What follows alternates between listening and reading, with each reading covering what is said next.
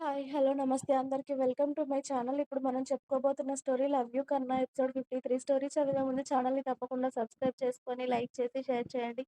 అలాగే bell icon ఆన్‌లో పెట్టుకోండి. స్టోరీ ముందుగా చదవాలి అనుకుంటే మెంబర్‌షిప్ తీసుకోండి. జాను అలా ఏడుస్తూ ఉంటే కృష్ణకి కూడా చాలా బాధగా అనిపించి, "జాను ఏడవకే మనిద్దరం ఇంటికి వెళ్ళాక ఇద్దరి ఇళ్లలో చెప్పేద్దాము పెళ్లి చేసుకున్నామని. నువ్విలా బాధపడుతూ ఉంటే నాకు కూడా నచ్చడం లేదు" అన్నాడు కృష్ణ. కృష్ణ అలా అనడంతో జాను కృష్ణకి దూరంగా జరిగి ఆమె కన్నీళ్లు తుడుచుకుంటూ వెక్కుతూనే, "ఏం వద్దు. మనం ఇప్పుడే చెప్పేస్తే మన ఇద్దరి ఇళ్లల్లో ఒప్పుకోరు. చాలా గొడవలవుతాయి కదా! పైగా ఇంకా ఏదో అనబోయింది కానీ, ఆ మాట మాట్లాడితే కృష్ణకి కోపం వస్తుంది అని సైలెంట్ అయ్యింది. ఇప్పుడు కృష్ణకి ఏ పని లేదు అని వాళ్ళ అన్నయ్య, నాన్న అంటారు అని బాగా తెలుసు జానుకి. ఇంతకు ముందే వాళ్ళ ఇంట్లో పని పాట లేకుండా ఇలా కార్ల వెంబడి పడుతున్నాడు అని కృష్ణ గురించి మాట్లాడుకున్నారు వాళ్ళ నాన్న ఇంకా అన్నయ్య.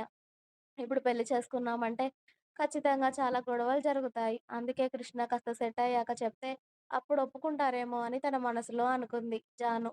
ఏదో ఒకటి డిసైడ్ అవ్వు జాను. ఎలాగో పెళ్లి చేసుకున్నాం మనిద్దరం. ఇప్పుడు ఇంట్లో చెప్దామన్నా ఓకే. నా వల్ల నిన్ను సఫర్ చేయడం ఇష్టం లేదు నాకు. పైగా నువ్వు రోజు ఇలా బాధపడతాను అంటే నా వల్ల కాదు అన్నాడు కృష్ణ సీరియస్‌గా. ఇప్పుడే వద్దు కన్నా. నువ్వు కాస్త సెట్ అయ్యాకే చెప్దాంలే ఇంట్లో అంది జాను. షూర్‌నా?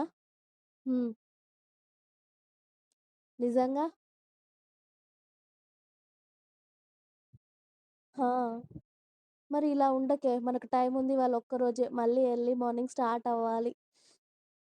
ఇలా ఉన్న ఒక్క నైట్‌ని కూడా నువ్వు బాధపడుతూ, ఏడుస్తూ వేస్ట్ చేస్తే ఎలానే? మనం మళ్ళీ ఎప్పుడు కలుసుకుంటామో ఏంటో అని ఆమె బాధనంతా నిమిషంలో తుడిచేసి, ఆమెని ఇష్టంగా, ప్రేమగా అల్లుకుపోయి వాళ్ళ జీవితంలో ఇంకో మధురమైన రాత్రిని పదిలంగా పొందుపరుచుకున్నారు కృష్ణ, జాను ఇద్దరూ కలిసి. ఉదయం అవ్వగానే వాళ్ళ లగేజ్ కార్‌లో పెట్టుకొని, వాళ్ళు తీసుకున్న ఇంటికి రెంట్ అంతా క్లియర్ చేసి, వాళ్ళ సామాన్లన్నీ తీసుకొని మహారాష్ట్ర నుండి వాళ్ళ ఊరికి స్టార్ట్ అయ్యారు కృష్ణ ఇంకా జాను.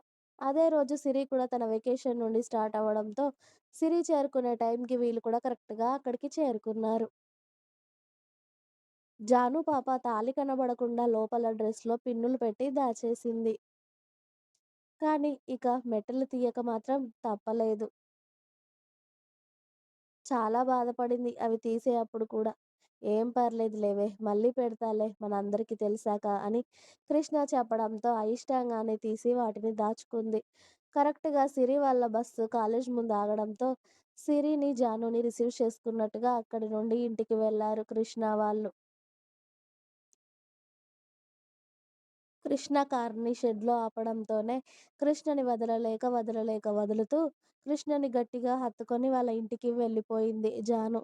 "ఏంట్రా అదలా ఉంది?" అని అడిగింది సిరి. "ఏం లేదు. దానికి వాళ్ళ ఇంటికి వెళ్ళాలని లేదంట. మనతోనే ఉంటుందంట. పద. నీ వెకేషన్ ఎలా జరిగింది?" అని చెల్లితో ముచ్చట్లు పెట్టుకుంటూ ఇంట్లోకి వెళ్లారు కృష్ణ ఇంకా సిరి. 10 రోజుల తర్వాత కొడుకుని, కూతుర్ని చూస్తున్న జ్యోతి గారు, "అమ్మో! నా బంగారు కొండలొచ్చేశారే" అంటూ ఇద్దరికీ ఇంటి బయట దిష్టి తీసి, ఇద్దరిని ఇంట్లోకి తీసుకొచ్చి కొడుకుని, కూతుర్ని కాసేపు ముద్దాడి, "ఇద్దరు ఫ్రెష్ అయ్యి రండి. ఇన్ని రోజులు ఏం తిన్నారో ఏంటో, మీకు నచ్చిన వంటలన్నీ చేస్తాను" అని ఆవిడ కిచెన్‌లో బిజీ అయ్యారు.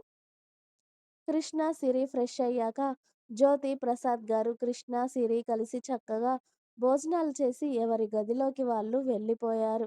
మన జాను పాప ఇంట్లోకి వెళ్ళడమే సుజాత గారిని, చెర్రీ గాడిని, హారికని హత్తుకొని "చాలా మిస్ అయ్యాను మిమ్మల్ని తెలుసా" అంటూ కాసేపు చెర్రీతో కలిసి గోలగోల చేసి తన రూమ్‌లోకి వెళ్ళింది ఫ్రెష్ అవ్వడానికి. జాను కూడా ఫ్రెష్ అయ్యేసి అలా అమ్మ, నాన్న, అన్న, వదిన, అల్లుడితో భోజనం చేసి మళ్ళీ తన రూమ్‌లోకి వచ్చింది. రూమ్‌లోకి వెళ్ళడమే ఆలస్యం. కృష్ణకి మెసేజ్ చేసింది. మిస్ యూ రా అంటూ.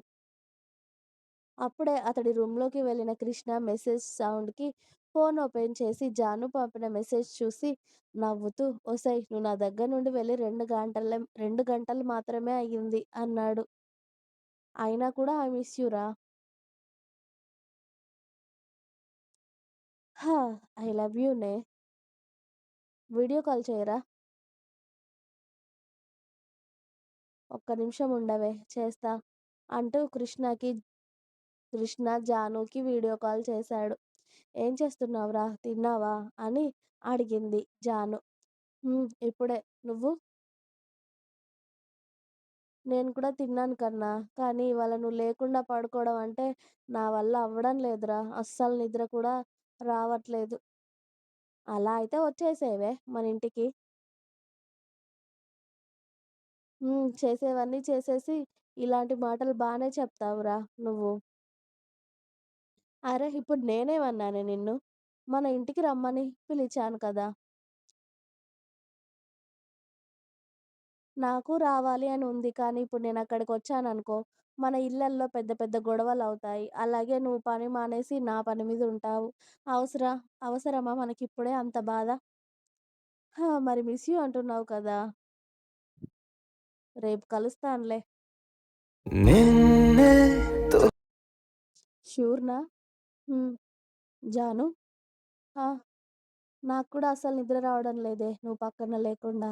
ఇప్పటి నుండి ఎలా నిద్రపోవడమో ఏంటో! నీ అందాలు చూడకుండా నాకు నిద్రెలా పడుతుందే? అన్నాడు కృష్ణ నవ్వుతూ. రేయ్! సిగ్గు లేకుండా మాట్లాడకురా! అరె! నిజం చెప్తున్నాను నేను అంటూ ఫోన్‌లో జానుని చూస్తూ పిల్లోని హత్తుకున్నాడు కృష్ణ. పోరా! నీతో మాట్లాడితే నువ్వు ఇలానే వాగుతావు అంటూ జాను కాల్ కట్ చేసి వాళ్ళ ఇద్దరి సరసాలు గుర్తుకు వచ్చి తనలో తనే నవ్వుకుంది జాను. జాను అలా సిగ్గుపడుతూ ఉంటే తన మొబైల్‌కి ఒక మెసేజ్ వచ్చింది. అది ఓపెన్ చేసి చూసేసరికి అలా సిగ్గుపడకే ఇంకా ఇంకా ముద్దొచ్చేస్తున్నావు అని కృష్ణ నుండి మెసేజ్ ఉంది. లవ్ యూ కన్నా గుడ్ నైట్ అని జాను తిరిగి రిప్లై ఇచ్చి కృష్ణ ఊహలతోనే నిద్రపోయింది. అలా ఉదయం అవ్వగానే కృష్ణని చూడాలి అన్న కోరికని చాలా వరకి కంట్రోల్ చేసుకుంటూ ఉదయాన్నే ఫ్రెష్ అయ్యి తన తాళిని కనబడకుండా డ్రెస్‌లో పిన్‌లు పెట్టి దాచేసి బయటకి వచ్చింది. అప్పటికే వాసు గారు, ప్రవీణ్ బయటకి వెళ్ళిపోయారు వాళ్ళ పనులకి. ఇంకా ఉంది. మీకు నా స్టోరీస్ నచ్చినట్టయితే ప్లీజ్ లైక్ చేయండి, షేర్ చేయండి. అలాగే ఛానల్‌ని తప్పకుండా కొత్త వాళ్ళందరూ సబ్స్క్రైబ్ చేయండి. Please subscribe my channel. Thanks for watching my video. By by. Please like, share and subscribe.